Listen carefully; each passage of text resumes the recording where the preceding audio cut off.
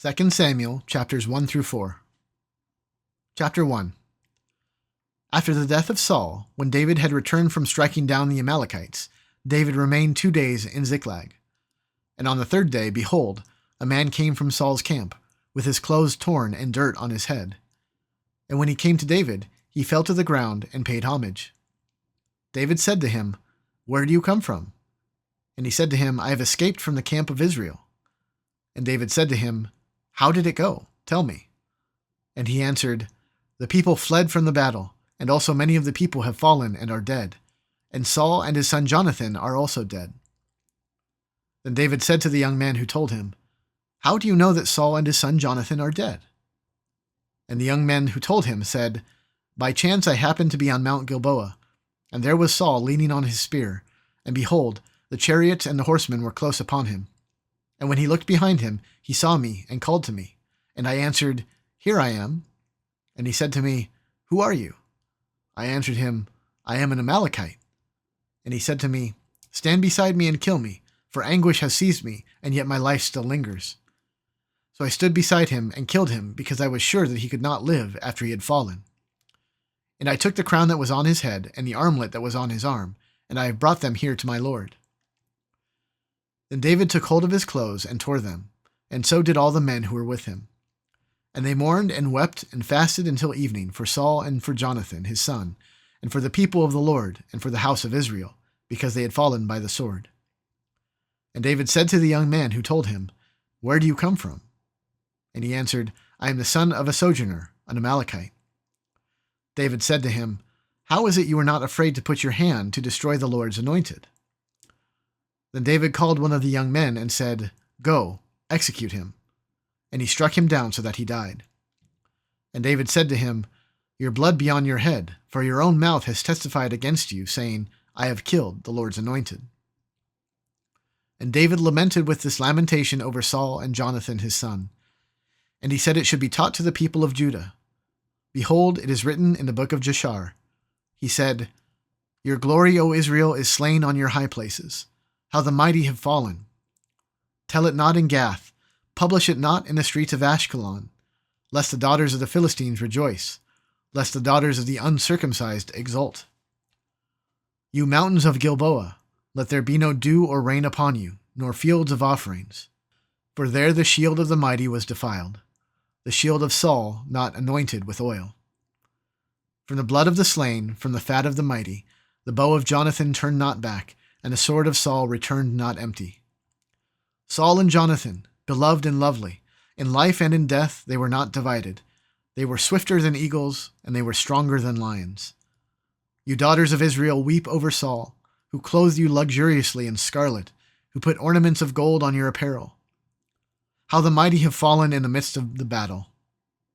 Jonathan lies slain on your high places. I am distressed for you, my brother Jonathan. Very pleasant have you been to me. Your love to me was extraordinary, surpassing the love of women. How the mighty have fallen, and the weapons of war perished. Chapter 2. After this David inquired of the Lord, "Shall I go up into any of the cities of Judah?" And the Lord said to him, "Go up." David said, "To which shall I go up?" And he said, "To Hebron." So David went up there, and his 2 wives also, Ahinoam of Jezreel, and Abigail the widow of Nabal of Carmel. And David brought up his men who were with him, every one with his household, and they lived in the towns of Hebron. And the men of Judah came, and there they anointed David king over the house of Judah. When they told David, it was the men of Jabesh Gilead who buried Saul, David sent messengers to the men of Jabesh Gilead, and said to them, "May you be blessed by the Lord, because you showed this loyalty to Saul, your lord, and buried him. Now may the Lord show steadfast love and faithfulness to you, and I will do good to you because you have done this thing. Now therefore let your hands be strong and be valiant, for Saul your lord is dead, and the house of Judah has anointed me king over them." But Abner, the son of Ner, commander of Saul's army, took Ishbosheth, the son of Saul, and brought him over to Mahanaim, and he made him king over Gilead and the Asherites and Jezreel and Ephraim and Benjamin and all Israel. Ishbosheth, Saul's son, was 40 years old when he began to reign over Israel, and he reigned 2 years. But the house of Judah followed David. And the time that David was king in Hebron over the house of Judah was 7 years and 6 months. Abner the son of Ner, and the servants of Ishbosheth the son of Saul, went out from Mahanaim to Gibeon. And Joab the son of Zeruiah, and the servants of David went out and met them at the pool of Gibeon. And they sat down, the one on the one side of the pool, and the other on the other side of the pool. And Abner said to Joab, "Let the young men arise and compete before us." And Joab said, "Let them arise." Then they arose and passed over by number, 12 for Benjamin and Ishbosheth the son of Saul, and 12 of the servants of David. And each caught his opponent by the head, and thrust his sword in his opponent's side, so they fell down together. Therefore that place was called Helkath Hazurim, which is at Gibeon. And the battle was very fierce that day, and Abner and the men of Israel were beaten before the servants of David. And the 3 sons of Zeruiah were there, Joab, Abishai, and Asahel. Now Asahel was as swift of foot as a wild gazelle. And Asahel pursued Abner, and as he went, he turned neither to the right hand nor to the left from following Abner. Then Abner looked behind him and said, "Is it you, Asahel?" And he answered, "It is I." Abner said to him, "Turn aside to your right hand or to your left, and seize one of the young men and take his spoil." But Asahel would not turn aside from following him. And Abner said again to Asahel, "Turn aside from following me. Why should I strike you to the ground? How then could I lift up my face to your brother Joab?" But he refused to turn aside. Therefore Abner struck him in the stomach with the butt of his spear, so that the spear came out at his back. And he fell there and died where he was. And all who came to the place where Asahel had fallen and died stood still. But Joab and Abishai pursued Abner. And as the sun was going down, they came to the hill of Ammah, which lies before Giah, on the way to the wilderness of Gibeon. And the people of Benjamin gathered themselves together behind Abner, and became one group, and took their stand on the top of a hill. Then Abner called to Joab, "Shall the sword devour forever? Do you not know that the end will be bitter? How long will it be before you tell your people to turn from the pursuit of their brothers?" And Joab said, "As God lives, if you had not spoken, surely the men would have not given up the pursuit of their brothers until the morning." So Joab blew the trumpet, and all the men stopped, and pursued Israel no more, nor did they fight any more. And Abner and his men went all that night through the Arabah. They crossed the Jordan, and marching the whole morning, they came to Mahanaim. Joab returned from the pursuit of Abner, and when he had gathered all the people together, there were missing from David's servants 19 men besides Asahel. But the servants of David had struck down of Benjamin 360 of Abner's men. And they took up Asahel and buried him in the tomb of his father, which was at Bethlehem. And Joab and his men marched all night, and the day broke upon them at Hebron. Chapter 3. There was a long war between the house of Saul and the house of David, and David grew stronger and stronger, while the house of Saul became weaker and weaker. And sons were born to David at Hebron.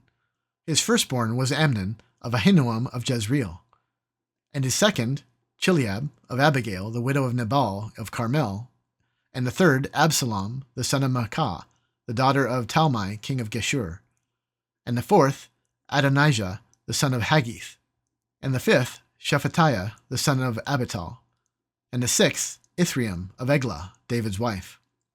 These were born to David in Hebron. While there was war between the house of Saul and the house of David, Abner was making himself strong in the house of Saul. Now Saul had a concubine whose name was Rizpah, the daughter of Aiah, and Ishbosheth said to Abner, "Why have you gone into my father's concubine?" Then Abner was very angry over the words of Ishbosheth, and said, "Am I a dog's head of Judah? To this day I keep showing steadfast love to the house of Saul your father, to his brothers and to his friends, and have not given you into the hand of David. And yet you charge me today with a fault concerning a woman. God do so to Abner, and more also, if I do not accomplish for David what the Lord has sworn to him, to transfer the kingdom from the house of Saul, and set up the throne of David over Israel and over Judah, from Dan to Beersheba." And Ishbosheth could not answer Abner another word, because he feared him. And Abner sent messengers to David on his behalf, saying, "To whom does the land belong? Make your covenant with me, and behold, my hand shall be with you to bring over all Israel to you." And he said, "Good, I will make a covenant with you, but one thing I require of you. That is, you shall not see my face unless you first bring Michal, Saul's daughter, when you come to see my face." Then David sent messengers to Ishbosheth, Saul's son, saying, "Give me my wife Michal, for whom I paid the bridal price of 100 foreskins of the Philistines." And Ishbosheth sent and took her from her husband Paltiel, the son of Laish. But her husband went with her, weeping after her all the way to Bahurim. Then Abner said to him, "Go, return." And he returned. And Abner conferred with the elders of Israel, saying, "For some time past you have been seeking David as king over you. Now then bring it about, for the Lord has promised David, saying, 'By the hand of my servant David I will save my people Israel from the hand of the Philistines, and from the hand of all their enemies.'" Abner also spoke to Benjamin. And then Abner went to tell David at Hebron all that Israel and the whole house of Benjamin thought good to do. When Abner came with 20 men to David at Hebron, David made a feast for Abner and the men who were with him. And Abner said to David, "I will arise and go, and will gather all Israel to my lord the king, that they may make a covenant with you, and that you may reign over all that your heart desires." So David sent Abner away, and he went in peace. Just then the servants of David arrived with Joab from a raid, bringing much spoil with them. But Abner was not with David at Hebron, for he had sent him away, and he had gone in peace. When Joab and all the army that was with him came, it was told Joab, "Abner the son of Ner came to the king, and he has let him go, and he has gone in peace." Then Joab went to the king and said, "What have you done? Behold, Abner came to you. Why is it that you have sent him away so that he is gone? You know that Abner the son of Ner came to deceive you, and to know your going out and your coming in, and to know all that you are doing." When Joab came out from David's presence, he sent messengers after Abner, and they brought him back from the cistern of Sirah. But David did not know about it. And when Abner returned to Hebron, Joab took him aside into the midst of the gate to speak with him privately, and there he struck him in the stomach so that he died, for the blood of Asahel his brother. Afterward, when David heard of it, he said, "I and my kingdom are forever guiltless before the Lord for the blood of Abner the son of Ner. May it fall upon the head of Joab, and upon all his father's house. And may the house of Joab never be without one who has a discharge, or who is leprous, or who holds a spindle, or who falls by the sword, or who lacks bread." So Joab and Abishai his brother killed Abner, because he had put their brother Asahel to death in the battle at Gibeon. Then David said to Joab and to all the people who were with him, "Tear your clothes, and put on sackcloth, and mourn before Abner." And King David followed the bier. They buried Abner at Hebron. And the king lifted up his voice and wept at the grave of Abner, and all the people wept. And the king lamented for Abner, saying, "Should Abner die as a fool dies? Your hands were not bound, your feet were not fettered. As one falls before the wicked, you have fallen." And all the people wept over him again.